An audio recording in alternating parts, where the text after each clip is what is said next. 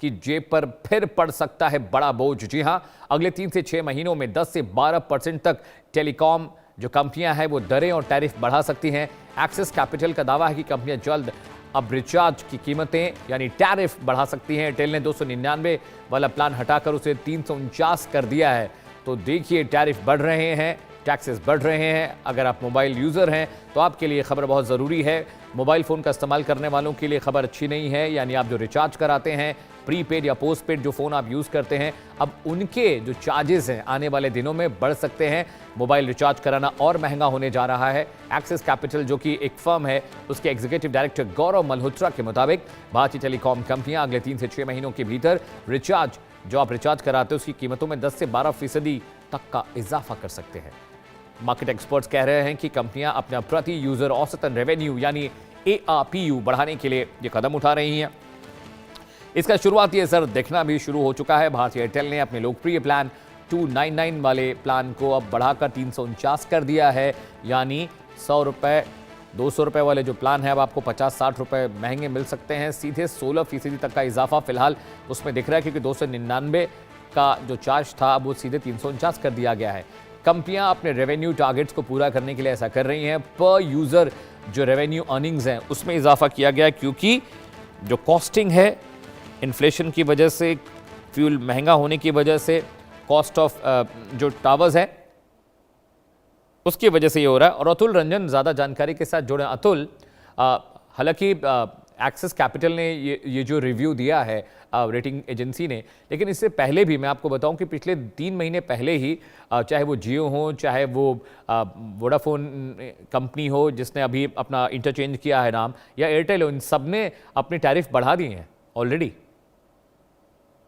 बिल्कुल, देखिए वक्त वक्त पर जो है तमाम जो कंपनियां हैं वो एक साथ ही जो है बदलाव करती रही हैं दरों में, और ये पैटर्न हमने पहले भी देखा है और एक बार फिर से हमें देखने को मिलने वाला है। राइट। और जो जानकारी जो मेरे सामने आ रही है उसके मुताबिक जो है अब बस कुछ ही दिनों में जो है 10 से 12% तक जो है दाम जो टैरिफ हैं पैकेजेस के वो बढ़ सकते हैं। और आप देखिए, गौरतलब ये भी है कि एयरटेल ने ऑलरेडी जो 299 रुपए का जो पैक था वो जो है वो हटा दिया है। अब जो बेसिक पैक जो है आप डेटा का पैक अगर साथ में लेते हैं तो वो 349 रुपए से शुरू होता है। तो जाहिर सी बात है कि 2016 में जिस तरह से हमने प्राइस का क्रैश देखा जियो के आने के बाद, उसके बाद से आप देखें तो साल दर साल जो कीमतें जो है वो एक बार फिर से जो है वो बढ़ती रही हैं, और एक बार फिर से हमें वही देखने को मिलने वाला है।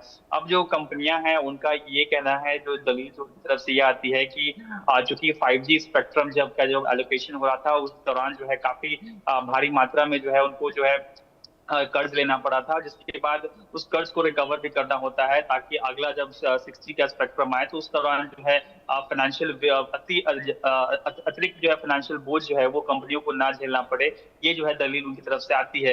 हालांकि अब देखिए कि जिस तरह से एवरेज रेवेन्यू पर यूजर भी जो है कंपनियों का, अगर आप देखें तो कुछ वक्त पहले जो एयरटेल की जो मुखिया है भारती मित्तल, उन्होंने साफ साफ कहा कि जो एवरेज रेवेन्यू पर यूजर है देश में वो कम से कम 300 रुपए प्रति यूजर होना चाहिए, जो कि फिलहाल नहीं है। फिलहाल अगर आप देखें तो एयरटेल का जो एवरेज रेवेन्यू पर यूजर है वो 264 रुपए है।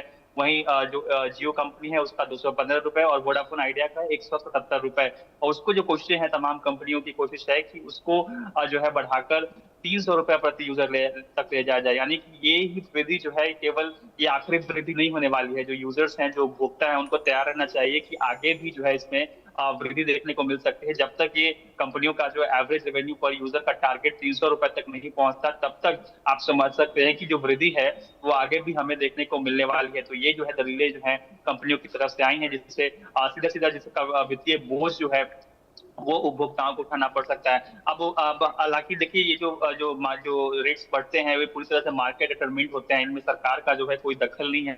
सरकार जो है बहुत सारा कुछ करती नहीं है, और तो ऐसे में कहीं ना कहीं जो दाम बढ़ेंगे उसका सीधा सीधा जो बोझ है वो जो है लोगों को ही उठाना पड़ेगा। जी बिल्कुल अतुल, और रीज़न एक ये भी है कि स्पेक्ट्रम के रखरखाव की कीमतें बहुत बढ़ गई हैं। जो टावर का मेंटेनेंस होता है वो बहुत कॉस्टली हो गया है, क्रूड बहुत महंगा हो गया, क्योंकि जिन टावर्स पर वहाँ पर आप बिजली सप्लाई देखिए 24 घंटे वहाँ डीजीज चलते रहते हैं। तो शायद यही वजह की कॉस्टिंग को लेकर कंपनी ने इजाफा किया। फिलहाल बहुत शुक्रिया अतुल इस खबर पर ज़्यादा जानकारी देने के लिए। खबरों में आगे बढ़ते हैं। दिल्ली में यूपी जवान